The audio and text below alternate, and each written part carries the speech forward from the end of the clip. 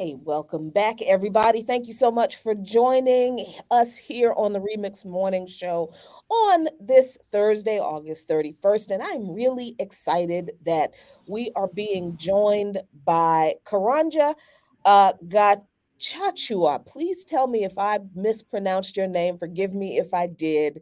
An activist, a journalist, publisher, and credentialed White House correspondent at thebriefscoop.com and an organizer with Africa United, which is a pan African organization working to end imperialism across the African continent and diaspora. Karanja, thanks so much for joining us. Thank you so much for having me. I hope you can hear me. Yep, we can hear you great. Fantastic. So, the occasion upon which you are joining us today is the group Africa United was convened in response to these coups in West Africa and the calls from the people on the continent to get France out of Africa, to get the West out of Africa.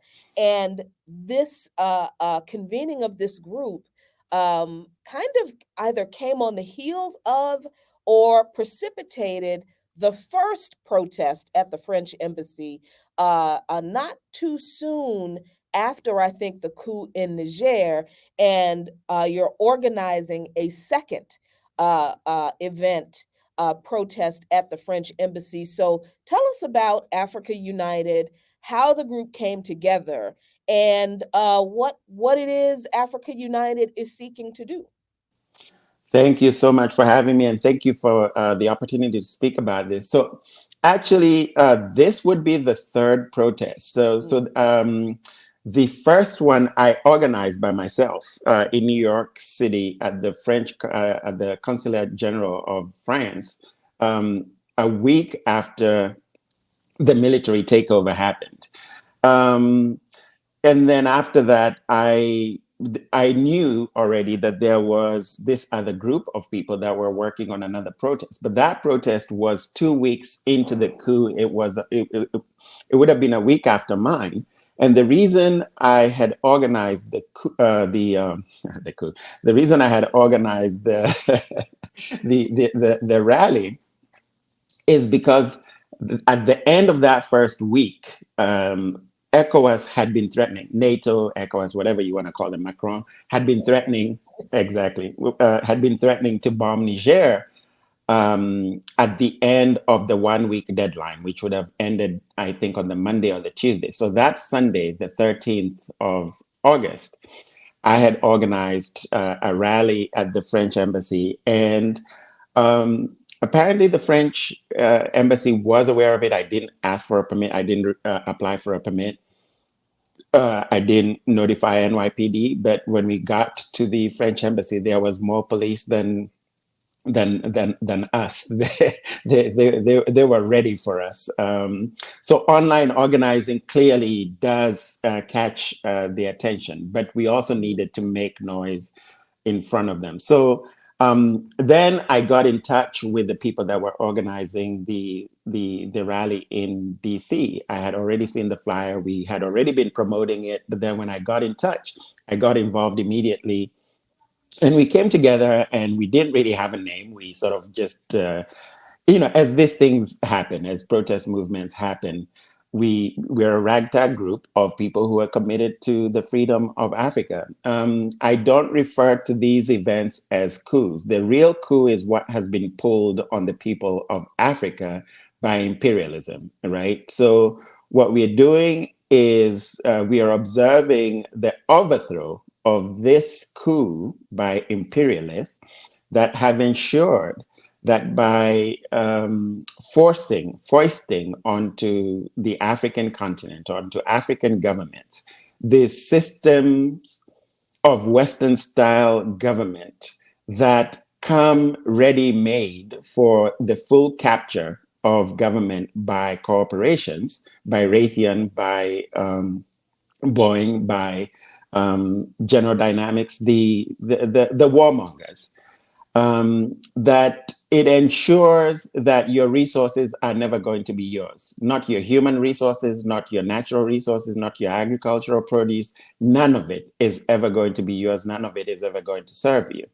And make no mistake about it, these corporations don't care about Americans either. They would do what they do to Africans, to Americans, quite conveniently, if they could get away with it. But it's very convenient when you're doing it over there, overseas, somewhere where people are not hearing about every day or seeing the people there every day. So this is who we are up against, and this is why that system needs to be overthrown, and that's why we are standing up and saying that there must be no war in Niger, there must be no attacks in Niger, to reinforce, to essentially, it would be a coup on the people, right? To return this system, this corrupt system that ensures extraction and exploitation.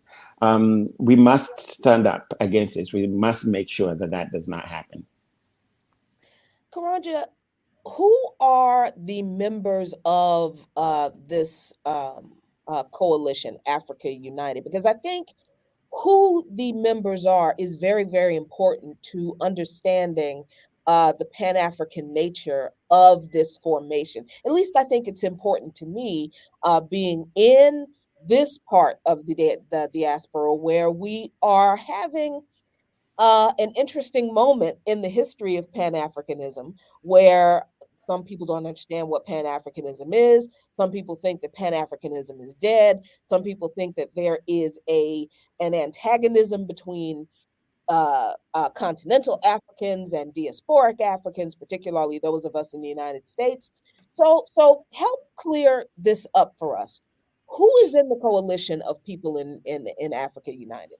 So Africa United is a coalition of people that are literally Africans from all over the world. It includes individual members as well as groups of people, including groups representing Haitian community, groups representing different African American organizations. I never use that term personally, but I just use the term African. But for the ease of for this specific conversation, just to clarify, yes, Africans in America, and of course continental Africans who live here in the United States, because the actions are being organized here in the United States for now. So about the military transitional governments, and this is, I think, something that because some of these military transitions have been, we're still in early days, I think, in understanding or knowing what political direction some of the leaders, some of the transitional governments will go. How do you, as an organizer of these demonstrations, deal with the questions of how do we know if these people are revolutionary? They've been trained by, AFRICOM and U.S. forces, so they can't be revolutionary. How do we deal with that at the same time as we're seeing people on the continent clearly in support of the military transitional governments? If I could just add real quick, in terms of your answer too, so what gives you hope in terms of supporting these? Like what's happening on the ground that you've seen that, you would attest to, not that you've seen personally, I mean, but that you've either read about or have contact about, that you would attest to, that says you think this is moving in the right direction? So conversations, everything happens in conversation. What people are obviously not aware of, because what we see is what is in the media, is people are seeing the end result of the military takeovers, right? The actual military takeovers. The military takeovers are something that is happening in response to activism by Africans that has been happening over 20 years. People like Kemi Seba, people like Natalie Yam, both of them people who used to live in Europe but returned to Africa to do this important Pan-African work. People who have ensured to reach out to Africans in the diaspora as they do this work. By the way, please check them both out. Both Kemi Seba and Natalie Yam are banned from coming to the United States. They're treated like terrorists for no reason other than simply the fact that they have been. Oh no. Oh, there he is. Uh-oh. Hmm. Feds didn't like And, that. and They didn't just like that. can't have that pan-Africanism, damn it. Whoa. Okay, alphabet Well, boys, y'all not even subtle about it at this point. Okay. so we hope that Karanja will be right back. We'll be able to reconnect his video and audio. But in the meantime, I want to share with you the and I hope you can see it, the promo for this Saturday's, that's Saturday, right? September 2nd, Day of Action that Africa United is organizing. As you can see, the hashtags on either side, Africa United and No War in Niger, September 2nd, Day of Action, France out of Africa. The rally will be at the Embassy of France in Washington, D.C., here at 4101 Reservoir Road in Northwest Washington from 10 a.m. to 2 p.m. And let's see if, yes, Karanja is back. Hold on, let me. Whoops. There we go. Sorry about that. I do sincerely apologize. I had my devices on Do Not Disturb, but somehow a call still came through. No worries, no worries. Yeah. So I was talking about Kemi Seba, the work of Kemi Seba and Natalie Yam. They have been put on do not fly lists into the United States for no reason other than simply their activism. Their activism calling for self-determination for Africa, for true, genuine economic self-determination. So these are some of the people who are the leaders of this movement. So one of the things that gives me a lot of confidence is that these people, these leaders who are talking to people on the ground, they are on the ground themselves, but they are also talking to people on the ground. There is a network of Africans who have placed themselves right at the center of West African, specifically French-speaking West African countries, to ensure that they have their ears on the ground and are talking to the people there, talking to the leadership there. They have been sensitizing West Africans in the French-speaking countries specifically to this idea about specifically French imperialism. And they have done such a good job that you will now see 10-year-old, 8-year-old kids on the street talking about imperialism, talking about French imperialism, talking about the fact that French troops need to leave Africa. So we are confident, we have a strong sense of confidence that we know with a certain level of confidence that the leadership, the military leadership, is first of all responding to the people. What people might not remember is that in January 2022, there was a coup in Burkina Faso. And the military leadership there only lasted 8 months and was ousted by Colonel Ibrahim Traoré. Why did that happen? That military leadership was not responsive to the needs of the people, to the will of the people. They were still largely courting France. So we have ears on the ground. We are seeing the posture of these leaders. We are seeing, for example, that Niger has come out the gate straight away demanding the departure of the French troops and the French military. The military in all of these cases, the military is not leading. The military is following the lead of the people on the ground. And if you do not listen to what the people on the ground are demanding, which is a departure of the French, an end to imperialism, self-determination, ownership of their own resources, human and natural and otherwise, then even as a military leader, you will not stay. So that is what gives me great confidence. And so, for example, as we watch Gabon, we haven't jumped on board to, we're not being reactionary about this. We are waiting to see the tone that it takes, and to see the pronouncements that they are going to make. And at that point, then we'll have a better idea. But make no mistake about it, Ali Bongo needed to go. So as far as that, even I'm hopeful, and I feel that it's a good start.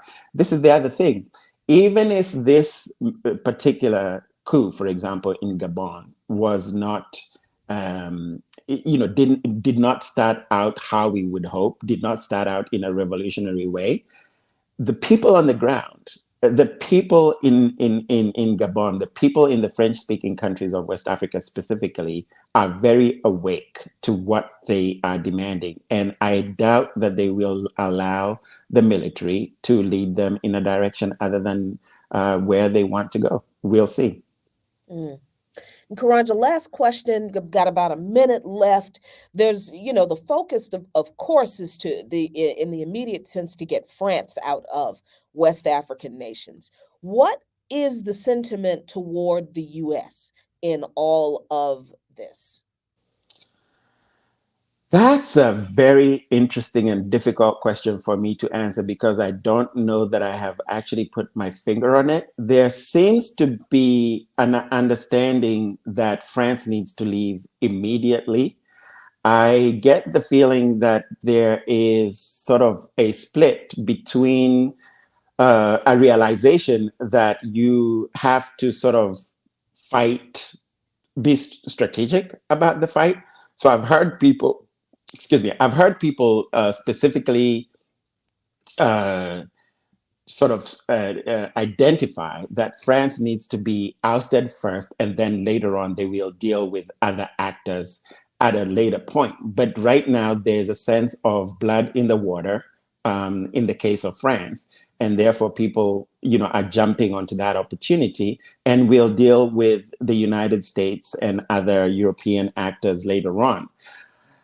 Imperialism is also working hard. They're not just lying back waiting for us to take back our economies and our countries, right? So we see, for example, this week, the EU making a pronouncement that they will be sending troops to ECOWAS countries to, quote unquote, get involved in security operations, to fight terrorists. So they claim terrorists fighting terrorists is an interesting concept, but we have our work cut out for us. Karanja, thank you so much for joining us this morning. And I'm going to share this again. Tell folks where they can go this Saturday to participate in this very important Pan-African action. Thank you so much for having me. And the rally is this Saturday. We have a day of action at the French Embassy on Reservoir Road in Washington, D.C., Northwest Washington, D.C. September 2nd, this Saturday at 10 a.m. Show up, bring French, British flags to step on, walk on, burn, whatever you want to do with them. If you're in the mood to also bring American flags, feel free to do so. But yes, this Saturday, 2nd September at 10 a.m. in front of the French Embassy in Washington, D.C. Thank you so much for having me.